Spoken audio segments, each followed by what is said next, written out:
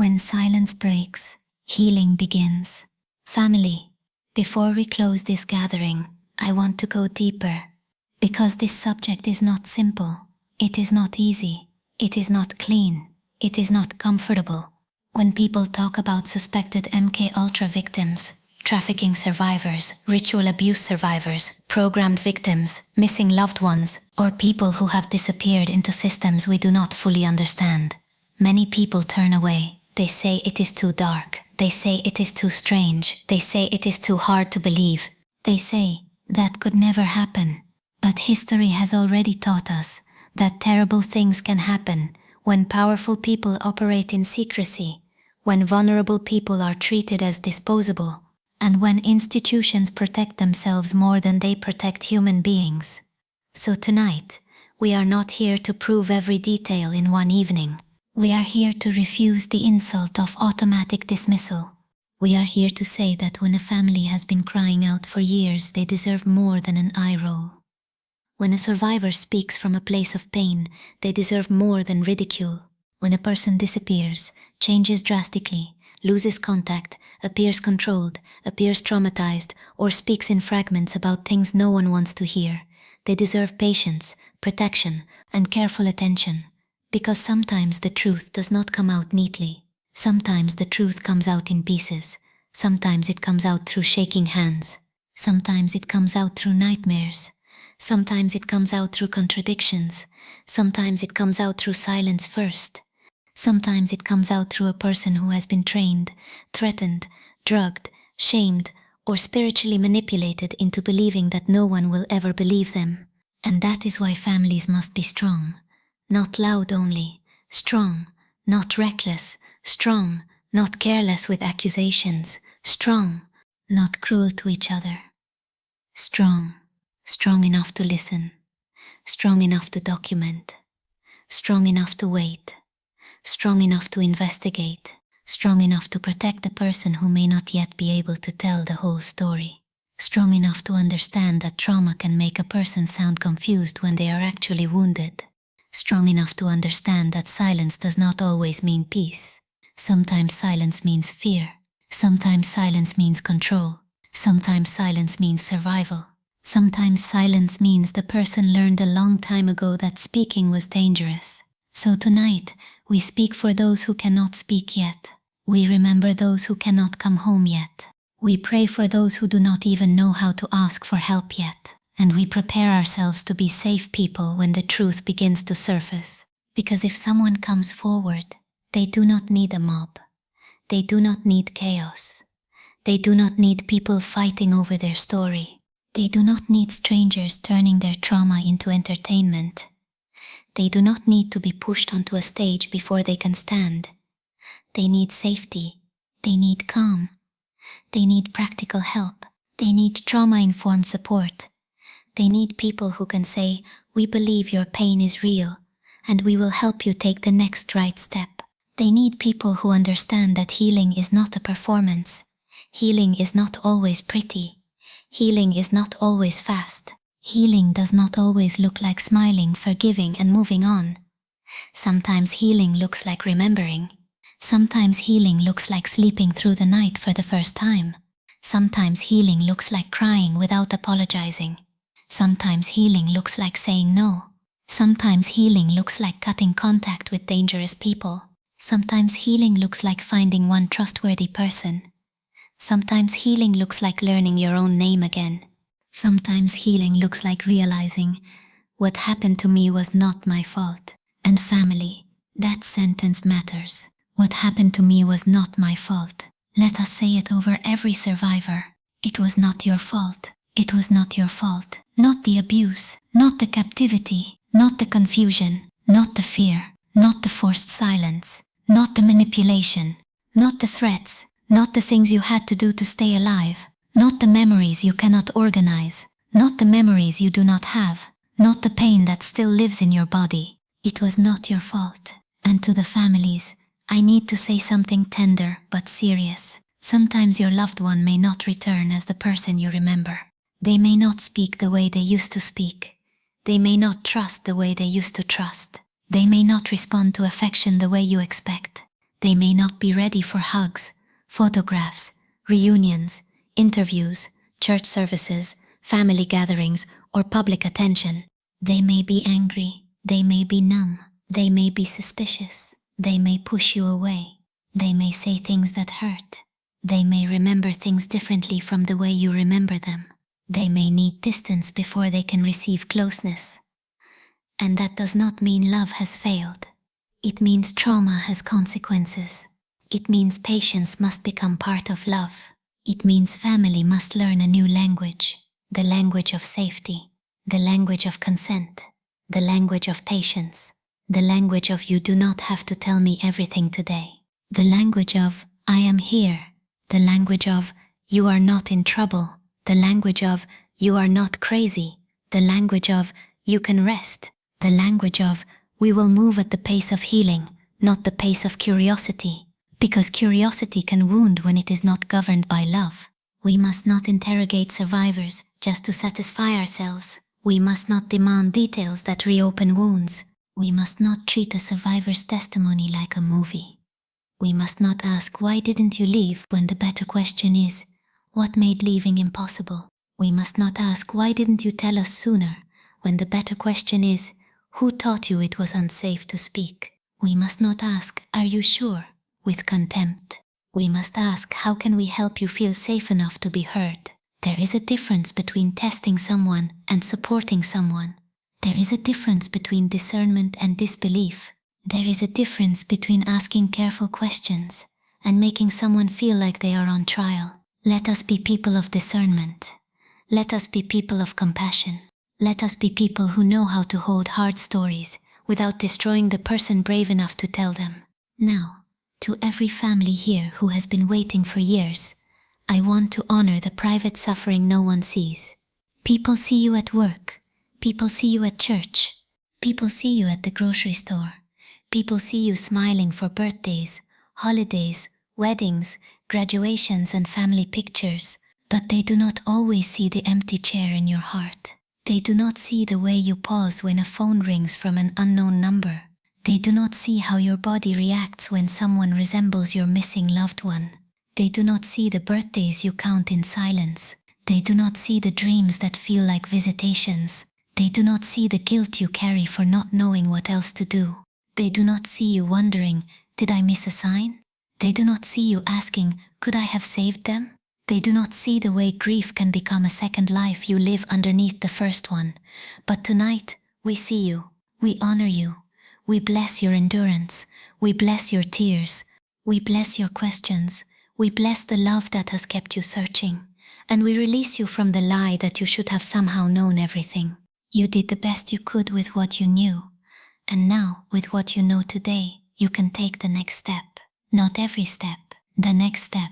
That may be making a timeline. That may be filing or updating a missing person report.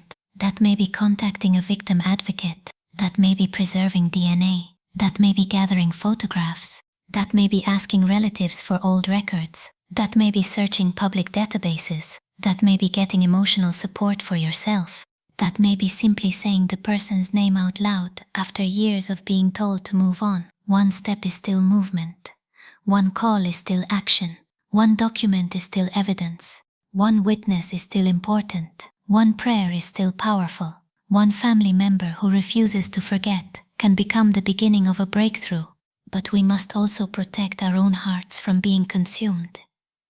The search for truth must not destroy the searcher. The pursuit of justice must not steal your health, your sleep, your faith, your relationships, or your ability to live. You are allowed to laugh while still grieving. You are allowed to rest while still searching. You are allowed to have a good day without betraying the person you miss. You are allowed to receive love. You are allowed to eat. You are allowed to sleep. You are allowed to breathe. You are allowed to live because your life matters too.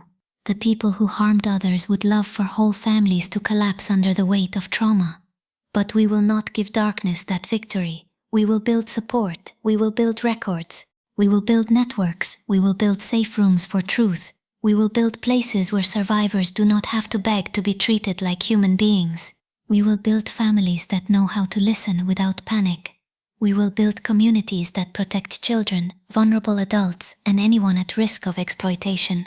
And we will build a culture where missing people are not forgotten simply because the case is complicated. Let me speak now to the church, to spiritual leaders, to ministers, to prayer groups, and to faith communities. Be careful. Be careful with wounded people. Do not rush them to forgive while they are still bleeding. Do not call their trauma bitterness. Do not call their fear rebellion. Do not call their symptoms demons without also helping them find safety, counseling, medical care, legal support and protection. Do not tell families to stop asking questions because asking questions makes people uncomfortable. Do not use scripture to silence victims. Do not use prayer as an excuse to avoid action. Pray, yes. Pray with power. Pray with faith. Pray with tears. But after you pray, ask what needs to be done. Who needs a ride? Who needs a safe place? Who needs help making a report? Who needs help organizing documents? Who needs someone to sit beside them while they make a phone call? Who needs food? Who needs money for transportation? Who needs someone to believe they are worth the effort? Faith without love becomes noise. Faith without action becomes performance. Faith without protection becomes dangerous. If we say we believe in deliverance, then we must also believe in aftercare. If we say we believe in healing, then we must also believe in patience. If we say we believe in truth, then we must not fear investigation. If we say we believe every soul matters, then we must care about the missing, the trafficked, the silenced and the shattered. And to the advocates, researchers, podcasters, speakers, and online communities, handle these stories with fear and trembling. Do not chase attention at the expense of victims. Do not expose private details that could endanger someone. Do not present speculation as fact. Do not turn families against each other. Do not pressure survivors to reveal names, locations, memories, or documents before they are safe. Do not make yourself the center of someone else's pain. The work is not about being seen. The work is about helping others be safe. The work is not about proving how much we know. The work is about protecting those who have been harmed. The work is not about winning arguments online. The work is about truth, healing, justice, and restoration. Let us become trustworthy enough for the truth to come near us. That is a powerful sentence. Let us become trustworthy enough for the truth to come near us. Because sometimes truth stays hidden, not only because evil hides it, but because wounded people do not know who can be trusted with it. May we become trustworthy. May our homes become safe. May our churches become safe. May our community meetings become safe. May our advocacy become safe. May our words become safe. May our questions become safe. May our presence become safe. Not weak, safe. Not passive, safe. Not gullible, safe. Safe enough for a survivor to say something happened.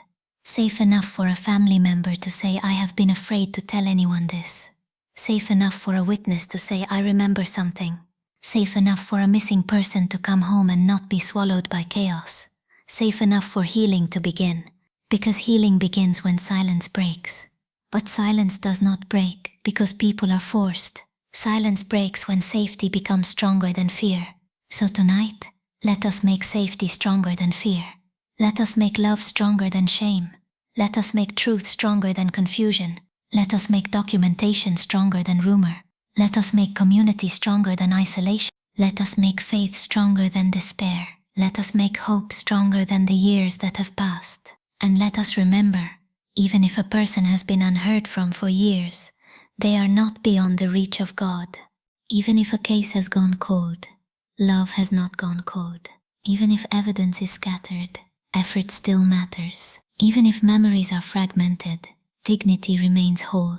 Even if the world moved on, family does not have to forget. Tonight, we stand in the gap for the missing, for the unheard, for the programmed, for the trafficked, for the abused, for the falsely labeled, for the silenced, for the children who became adults, carrying secrets too heavy for any child to hold, for the mothers who never stopped praying, for the fathers who grieved quietly, for the siblings who searched the internet at night, for the friends who kept old pictures, for the survivors who are still trying to understand their own story, for those whose names are known, for those whose names are hidden, for those who escaped, for those still waiting for rescue, for those who did not survive, and for those who are still alive somewhere, needing one door to open. Let this room become that door. Let this community become that witness. Let this night become a marker in time where we say, we will not forget. We will not mock the wounded. We will not abandon the families. We will not confuse silence with closure. We will not confuse time with healing. We will not confuse mystery with impossibility. We will not confuse caution with denial. We will not confuse faith with inaction. We will not confuse forgiveness with the absence of justice. We will seek truth. We will protect life. We will honor survivors. We will support families. We will document carefully. We will pray sincerely. We will act responsibly.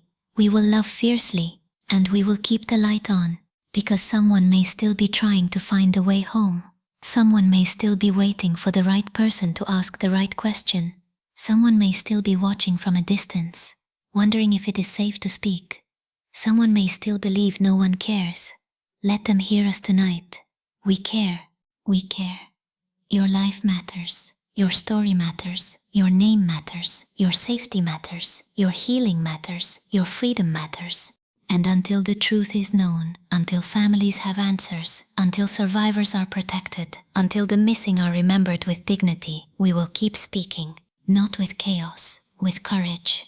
Not with hatred, with holy determination. Not with fear, with faith. Not with confusion, with clarity. Not with despair, with hope. May silence break. May truth rise. May families be strengthened. May survivors be protected. May the missing be found. May the wounded be restored. May justice come. And may love be the force that carries us forward when the road is long. Thank you. This has been a Sharri Plaza presentation.